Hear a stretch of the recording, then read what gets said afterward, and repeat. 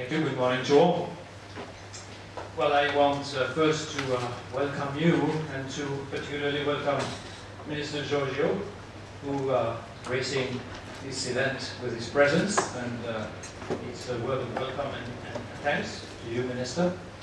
Of course, I also want to thank our co-organizer, ASEF, with Ambassador Kesavapani here on the stage, and finally our speaker, Jacques Attali. I'm quite happy that Minister Giorgio has kindly accepted to introduce Jacques Attali himself, because that's a lot, a big work actually to introduce Jacques Attali, given the extraordinary list of his achievements, a number of books published, different types of research, the artistic part of his life, etc. So again, Minister, thank you very much for that. Now, I hope you will allow me to take advantage of this meeting and a beautiful audience in front of us to say a few words about the Asia-Europe Foundation. I shamelessly never miss an opportunity to publicize a little bit what the Asia-Europe Foundation is, because I think it represents and it translates something which is extremely important, a type of spirit which is special, and a type of enterprise which is also very particular. Just a bit of history. In the mid-90s, Singapore and France realized that the relationship between Asia and Europe were not as developed as they should have been. There were connections, of course, in the globalization context, but it was not at least comparable to what was existing between the two sides of the Atlantic or between the two sides of the Pacific. So this beautiful idea of the Asia-Europe meeting was created and put in place very early on.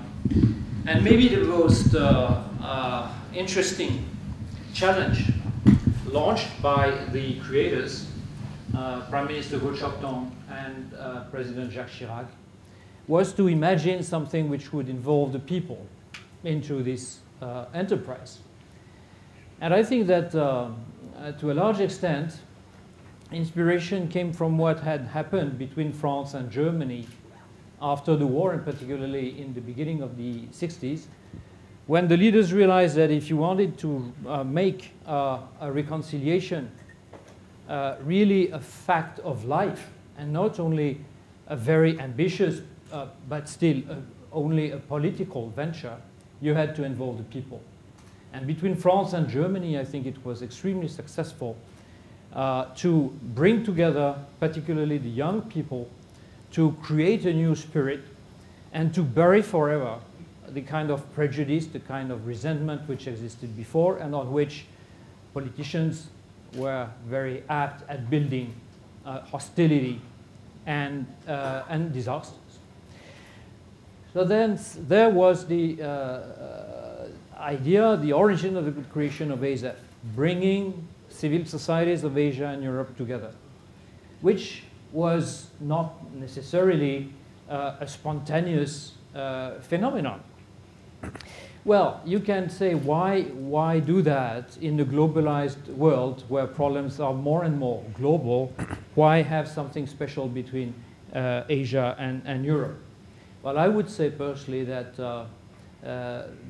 it was particularly valid because there's a past which is complex between Asia and Europe, made of the colonization, made of Western and particularly European domination for many centuries.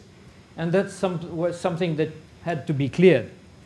The present was globalization, and the present was a very important stimulation to work together in a much more comprehensive way. And the future, because as Asia was clearly re-emerging, the need to rebalance the international relations and the need to make that into the people's minds themselves became a kind of an emergency. So The other question is why target non-governmental organization, why target civil society, when actually the bulk of the problems were of a strategic nature, very much connected to economic phenomena which are not in the reach of the people themselves. Well, first, because I think if you want to talk about peace and stability of the relationship and you don't involve the people, you make a big mistake.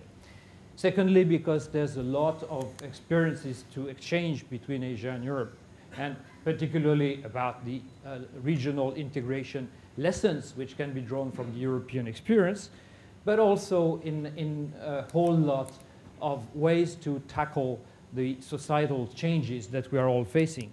And finally, the idea of committing civil society and mainly the youth, the young people, the next generation into this dialogue was really something which was absolutely necessary if you wanted somehow to mimic what had been done and very much transformed into a success in Europe, and particularly between my own country and Germany. So what we are doing now is the result of this thinking. At ASEF, we are trying to bring together civil society. It means intellectuals, it means media people, it means cultural organizations, artists, it means people involved in education. All of that on the basis of mutual respect. It's a dialogue. It is not a kind of dual propaganda exercise. It's really a place and a spirit where you exchange, respecting the other, not necessarily believing that you will convince him that your point of view is better or that you have the truth, but understanding him better and making sure that this spirit trickles down to the real grassroots level as well. So for us, of course, having the ability to communicate at the level of Jacques Attali's activities and preoccupations is very, very important. And that's the reason why I'm so grateful to him to be among us today. So I will not take more of your time. The real reason you are here is for listening to Jacques Attali.